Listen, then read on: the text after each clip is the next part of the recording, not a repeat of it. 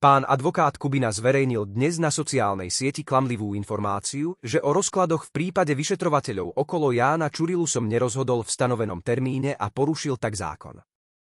Denník N túto lož okamžite prebral, a to bez toho, aby si informáciu preveril.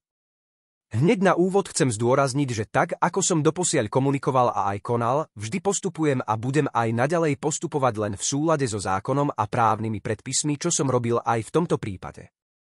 Uvedomujem si, že pán Kubina prebral praktiky svojho mentora, Daniela Lipšica, ktorý sa v minulosti vyjadril, že obvinení aj ich obhajcovia majú právo zavádzať a klamať. Je to výlučne vecou taktiky obhajoby. Zákon však hovorí jasne.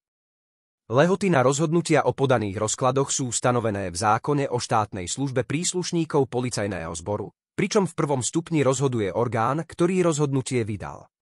Tento orgán má lehotu 30 dní na rozhodnutie a následne, pokiaľ na svojom rozhodnutí trvá, tak spisový materiál vo veci postúpi na rozhodnutie druhostupňovému orgánu, poradnej komisii ministra vnútra Slovenskej republiky.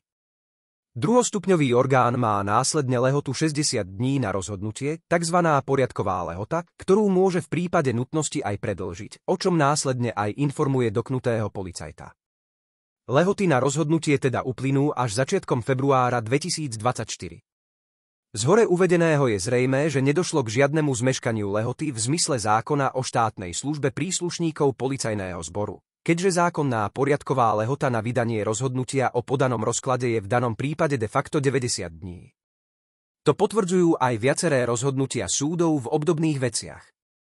Taktiež samotný zákon o štátnej službe príslušníkov policajného zboru definuje lehotu na rozhodnutie o odvolaní až od momentu doručenia oprávnenému orgánu, ktorým je až samotný druhostupňový orgán, o čom rovnako existujú relevantné rozhodnutia súdov Slovenskej republiky.